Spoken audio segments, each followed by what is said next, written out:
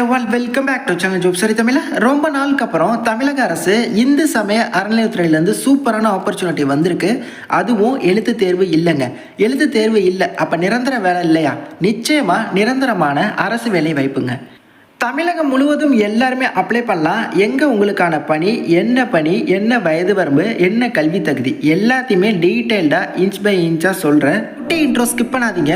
12th result வந்துருச்சு. Next என்ன காலேஜ்னு தானே யோசிச்சுட்டு இருக்கீங்க, நீங்களோ இல்லை உங்கள் ஃபேமிலியில் யாரோ. நீங்கள் ஏன் பாரதிதாசன் யூனிவர்சிட்டியிலேருந்து வழங்கக்கூடிய ஆன்லைன் டிகிரி ட்ரை பண்ணக்கூடாது? ஆன்லைனா அப்படின்னு யோசிக்காதீங்க.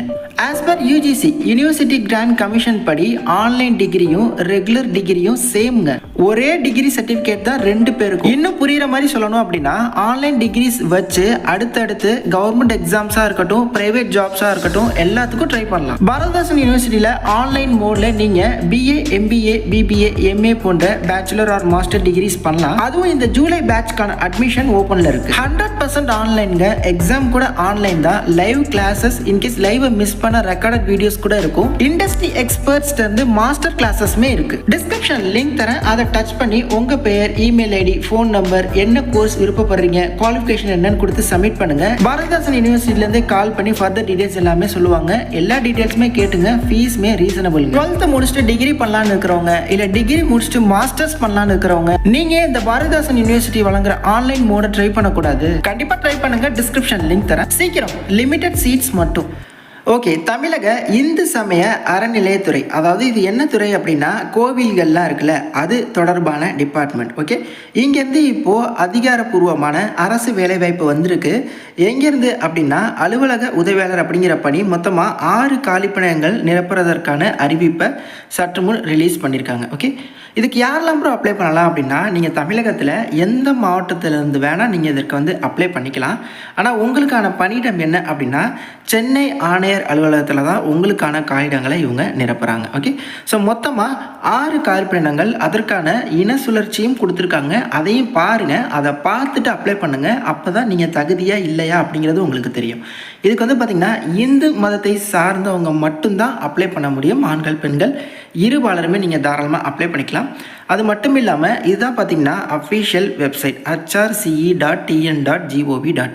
இந்த வெப்சைட்டில் போயிட்டு இதற்கான நான் இப்போ ஷோ பண்ணியிருக்கிற இந்த நோட்டிஃபிகேஷன் பார்த்துக்கலாம், அப்ளிகேஷன் ஃபார்ம் பார்த்துக்கலாம், எல்லாமே பார்த்துக்கலாம். நான் எல்லாத்தையுமே நான் உங்களுக்கு காட்டிடுறேன். இதற்கான சம்பளம் என்ன ப்ரோ அப்படின்னா, 15,700லேருந்து 58,000 வரையும் இருக்குமா. அதாவது சேருறப்போ 15,700, ரிட்டையர் ஆகிற தருணத்தில் 58,100.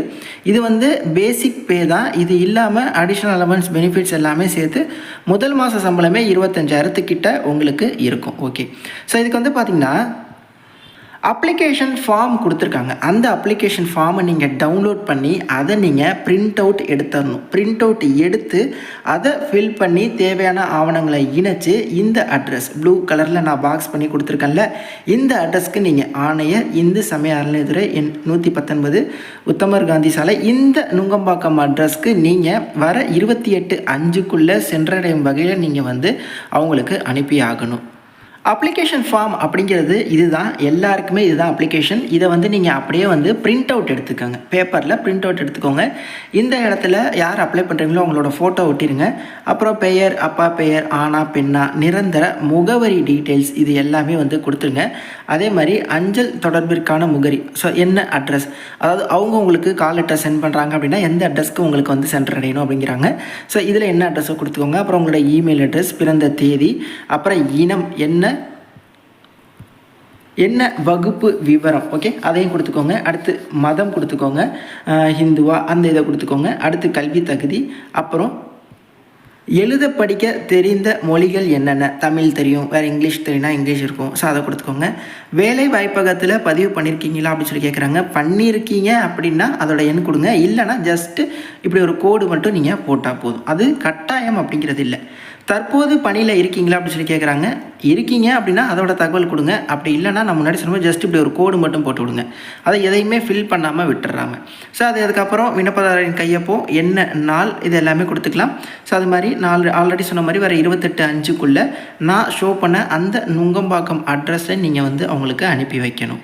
விண்ணப்பத்தோட என்னென்னலாம் இணைக்கணும் அப்படிங்கிறத பாருங்கள். சான்றப்பமிட்ட கல்வி தகுதி சான்றிதழ்கள் நகல்கள், அதாவது உங்களோட கல்வி தகுதிக்கான சான்றிதழ்கள், உதாரணத்துக்கு இந்த வேலைவாய்ப்புக்கு 8th பாஸ் பண்ணியிருந்திருக்கணும். 10th பாஸ் பண்ணவங்க அப்ளை பண்ணலாம், அதுக்கு மேலே படிச்சிருந்தவங்களும் அப்ளை பண்ணலாம். ஏன்னா இது வந்து அலுவலக உதவியாளர், ஆஃபீஸ் ஒர்க் பண்ணுறவங்க தான். ஸோ அதனால் அந்த கல்வி தகுதிக்கான சான்றிதழ்கள், நீங்கள் அதிகமாக என்ன கல்வி படிச்சிருக்கீங்களோ அது வரையும் உள்ள சான்றிதழ்கள், அதோட ஜெராக்ஸை தான் நீங்கள் இணைக்கணும்.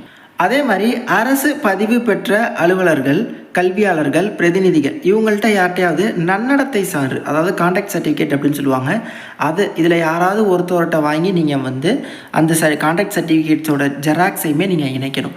இதுக்கு என்ன அர்த்தம் அப்படின்னா, நீங்கள் வந்து இந்த பச்சை இங்கில் சைன் போடுவாங்களே, நோட்ரி பப்ளிக் அட்வொகேட்டாக இருக்கட்டும், ஸ்கூல் ஹெட் மாஸ்டர், இந்த மாதிரி பச்சை இங்கில், ஸ்கூல் ஹெட் மாஸ்டர் இந்த சென்ஸ் கவர்மெண்ட் ஸ்கூலில் பச்சை இங்கில் சைன் பண்ணக்கூடிய அதிகாரம் இருக்கிறவங்கள்ட்ட நீங்கள் வந்து நன்னடத்தை கான்டாக்ட் சர்டிஃபிகேட் வேணும் அப்படின்னா அதுக்கு ஒரு ஃபார்மேட் இருக்கும், அதில் அவங்க குட்டுன்னு போட்டு சைன் போட்டு கொடுப்பாங்க. ஓகே, ஸோ அந்த ஜெராக்ஸை நீங்கள் கட்டாயம் இணைக்கணும். அதே மாதிரி நேர்முக தேர்வில் உண்மையான சான்றிதழ்களை சமர்ப்பிக்க வேண்டும். இப்போ வந்து நம்ம ஜெராக்ஸ் தான் இணைக்கிறோம். இந்த கல்வி தகுதிக்கான ஜெராக்ஸ்லாம் சான்றப்பம் விட்டுருங்க, அந்த ஜெராக்ஸில் கீழே உங்களோட சைனை வந்து போட்டுருங்க. ஓகே, அது ரொம்ப முக்கியம். அதே மாதிரி நேர்முக தேர்வுக்கு அவங்க கூப்பிடுவாங்க, அப்போ ஒரிஜினல் சர்டிஃபிகேட்ஸையும் நீங்கள் வந்து கண்டிப்பாக எடுத்துகிட்டு போகணும். அடுத்து இந்த சான்றிதழ் வந்து தேவையில்லை, அது வந்து ஆல்ரெடி இப்போ ஒர்க்கில் இருக்கிறவங்களுக்கு தான் இந்த 4ஆவதாக இருக்கக்கூடிய சான்றிதழ் வந்து தேவை. அப்புறம் வேலைவாய்ப்பு அலுவலகத்தில் பதிவு பண்ணியிருக்கீங்கன்னா அந்த சான்றிதழோட ஜெராக்ஸ், பதிவு பண்ணலை அப்படின்னா பிரச்சனையே இல்லை, அதுவும் நமக்கு தேவையில்லை. அடுத்து பாருங்கள், இதற்கான கல்வி தகுதி என்ன ப்ரோ அப்படின்னா 8ஆம் வகுப்பு தேர்ச்சி, 8th பாஸ் பண்ணியிருந்தால் போதும். 8க்கு மேலே நீங்கள் என்ன படிச்சிருந்தாலுமே தகுதி தான். ஓகே, அதே மாதிரி வயது வரம்பு எல்லா வகுப்பினருக்கும் குறைஞ்சது 18 வயசு முடிஞ்சிருக்கணும்.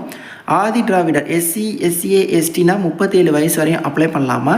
மிகவும் பிற்படுத்தப்பட்டோர் எம்பிசி அப்படின்னா 34, பிசினா 24, இதர வகுப்பினர் ஓசினா 32 வயது வரையும் அப்ளை பண்ணிக்கலாமா.